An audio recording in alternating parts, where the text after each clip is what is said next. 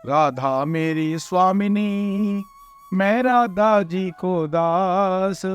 जन्म जन्म मोहे दीजियो, जो वृंदावन को वास। नमस्कार मित्रों, मैं हरिओम एस्ट्रोलॉजर आपका अपने चैनल में हार्दिक अभिनंदन करता हूं।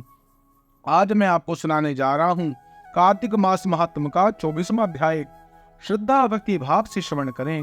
बोलो बांके बिहारी लाल की जय। राजा पृथु बोले, हे मुनि श्रेष्ठ, आपने तुलसी के इतिहास, व्रत, महात्म के विषय में कहा। अब आप कृपा कर कर मुझे यह बताइए कि कार्तिक मास में क्या और भी देवताओं का पूजन होता है, यह भी विस्तार पूर्वक बताइए। नारद जी बोले, पूर्व काल की बात है। सहरद पर्वत पर करवी कर में धर्मदत्त नामक विख्यात कोई धर्मज ब्राह्मण रहते थे। एक दिन वे कार्तिक मास में भगवान विष्णु के समीप जागरण करने के लिए ही भगवान के मंदिर की ओर चले, और उस समय एक प्रहर रात बाकी थी। भगवान के पूजन की सामग्री के साथ लिए जाते हुए ब्राह्मण ने मार्ग में देखा कि एक भयंकर राक्षसी आ रही है। उसका शरीर नंगा और मांस रहित था। उसके बड़े बड़े दांत, लपटती हुई जीभ और लाल नेत्र देखकर ब्राह्मण भय से थर्रा उठे। उनका सारा शरीर कांपने लगा। उन्होंने सहस कर पूजा की सामग्री तथा जल से ही उस राक्षसी के ऊपर प्रहार किया। उन्होंने हरि नाम का स्मरण करके तुलसी दल मिश्रित जल से उसको मारा। इसलिए उसका सारा पाप नष्ट हो गया। अब उसे अपने पूर्व जन्म के कर्मों के परिणाम का स्वतः रूप प्राप्त हुआ। दुर्दशा का स्मरण हो गया। उसने ब्राह्मण को दंडवत प्रणाम कर कर इस प्रकार कहा, वे ब्राह्मण, मैं पूर्व जन्म में के कर्मों के फल से इस दशा को पहुंची हूँ। अब मुझे किस प्रकार उत्तम गति प्राप्त होगी। धर्मदत्त ने उसे इस प्रकार प्रणाम करते देखकर आश्चर्यचकित होते हुए पूछा, किस कर्म के फल से तुम इस दशा को पहुंचे हो? कहाँ की रहने वाली हो? तुम्हारा नाम क्या है और आचार व्यवहार कैसे है? ये सारी बातें मुझे बताओ। उस राक्षसी का नाम कलहा था। कलहा बोली, ब्राह्मण, मेरे पूर्व जन्म की बात है। तुराश नगर में विक्षु नामक एक ब्राह्मण रहते थे।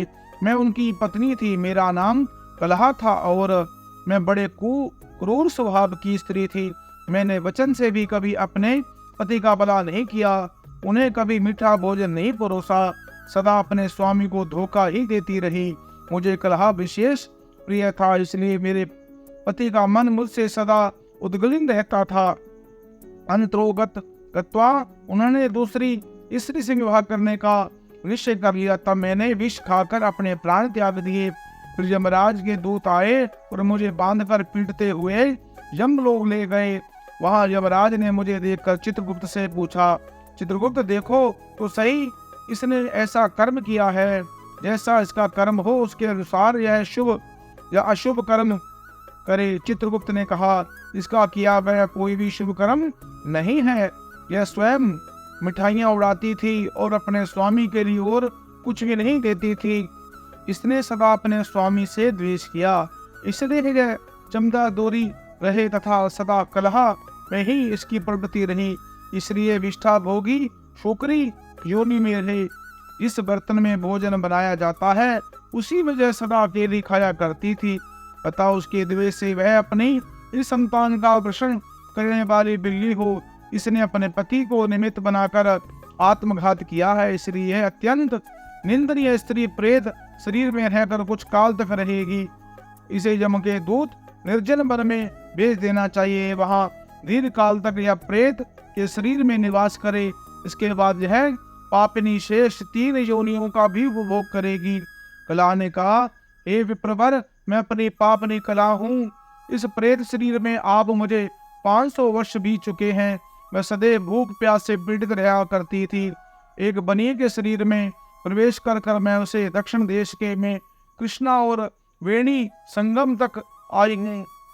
जो जो संगम तट पर पहुंची त्यों तो भगवान शिव और विष्णु के पार्षदों ने मुझे बलपूर्वक बनिए के शरीर से दूर भगा दिया। तब मैं भूख का कष्ट सहन नहीं करती ही इधर उधर घूम रही थी।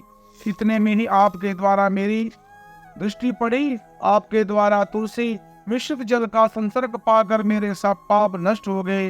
हे द्विश्रेष्ठ, अब आप कोई उपाय बताइए।